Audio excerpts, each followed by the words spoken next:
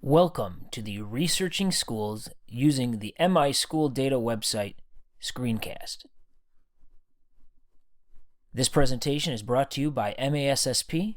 My name is Ryan Casey, Director of Digital Learning and Resources. My contact information is on the screen should you have any question about the screencast you are watching. Some essential questions that will guide us through the screencast today include: what type of data do I want to research? What resources are available for me to use? And how do I use these resources to determine a best fit as I'm researching administration roles to apply for? The presentation is broken into two halves. The first half is going to be focused on quantitative data. So all of the data that we are talking about in this section is coming from the MiSchoolData.org website. It's a website that is available to the public to use. If you do get an administrative role, you do get a special access to some of the information, but everything we're talking about today is publicly available. So you're going to use this website when you want to start researching and finding some basic information about a school. To do so, you'll go to the parent dashboard and select Find a School.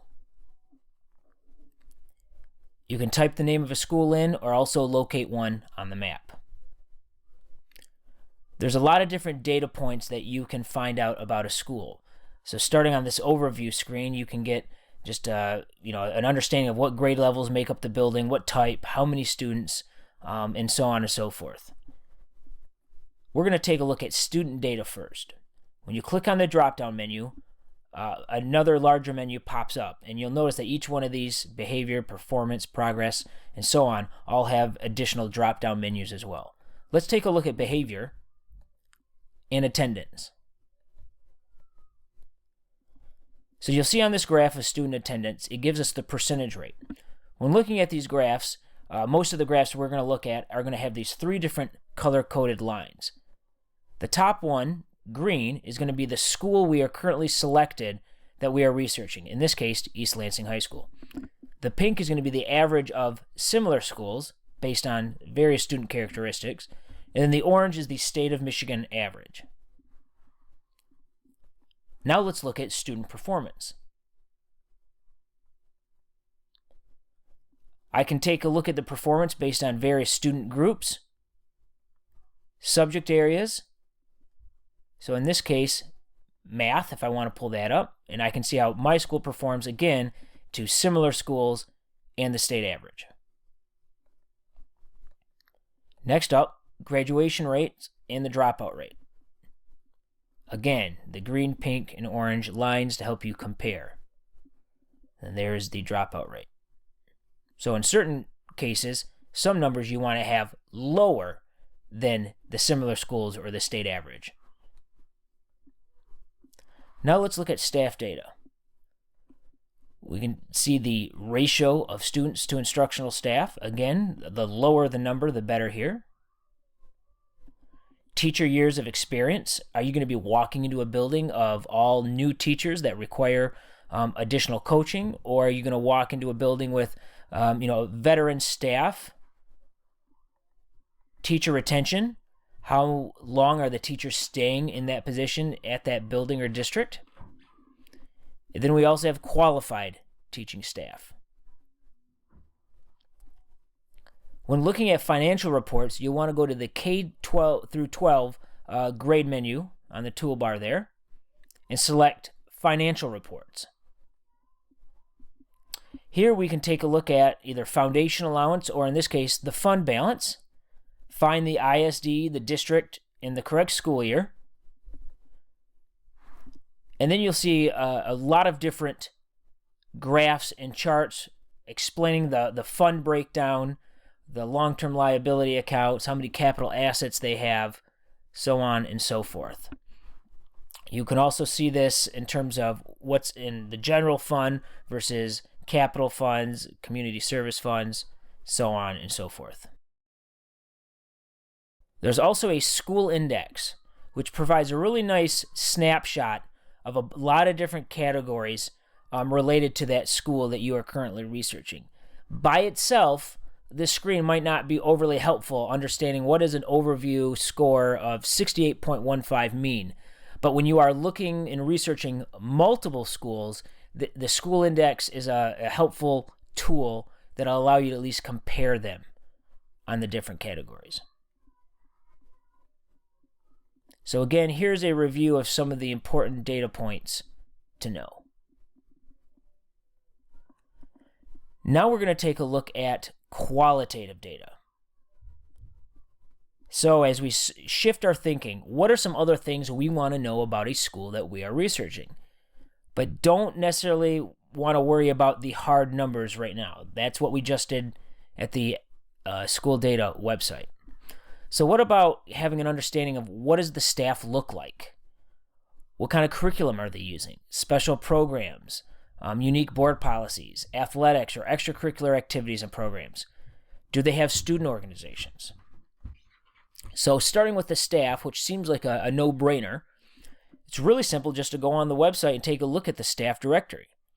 Get an idea of who might be some people who are going to be on the interview panel. What does the administrative team look like? How many teachers do they have? How many departments? How many support staff? Do they have a school nurse, a school psychologist, things like that? Are there any connections from that list of staff that maybe you could email? Maybe somebody is a friend of a family member that you can email and ask some questions about the school or about the position. Again, this would be different types of information other than, their evaluation ratings, which maybe you were trying to find. Looking at curriculum and programs, is it an IB or an AP school? What type of electives do they offer? What does the sequencing of their courses look like? If it's a middle school, can students earn high school credit in certain middle school courses? What special programs do they have in relation to study hall opportunities, after school opportunities? Do they offer alternative schedules or virtual learning?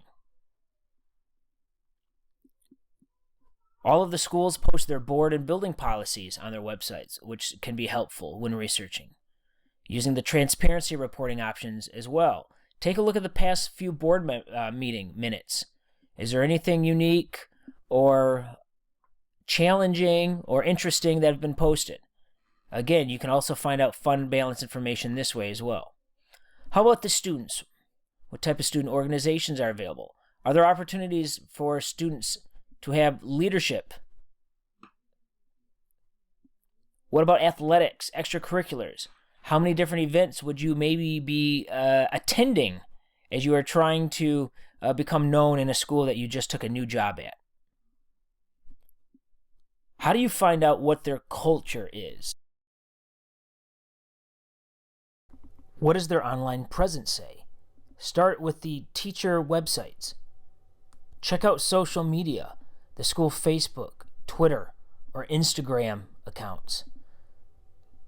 Dive into their hashtag or the keywords that they use on those posts. We know the schools aren't going to post anything negative about the schools online, but are the students and teachers even using it? And if so, I think that speaks strongly about their culture. Of course, you can look in the newspapers, in Google searches as well. Here's some really cool examples talking about culture, with a principal doing a polar plunge, or a student body taking the lead on a Be the Change movement. Student council homecoming dress-up days. Here's a talent show set up by the school, and the staff even goes out as a staff band to showcase their talent. Field trips. Student of the Week, Student of the Month celebrations.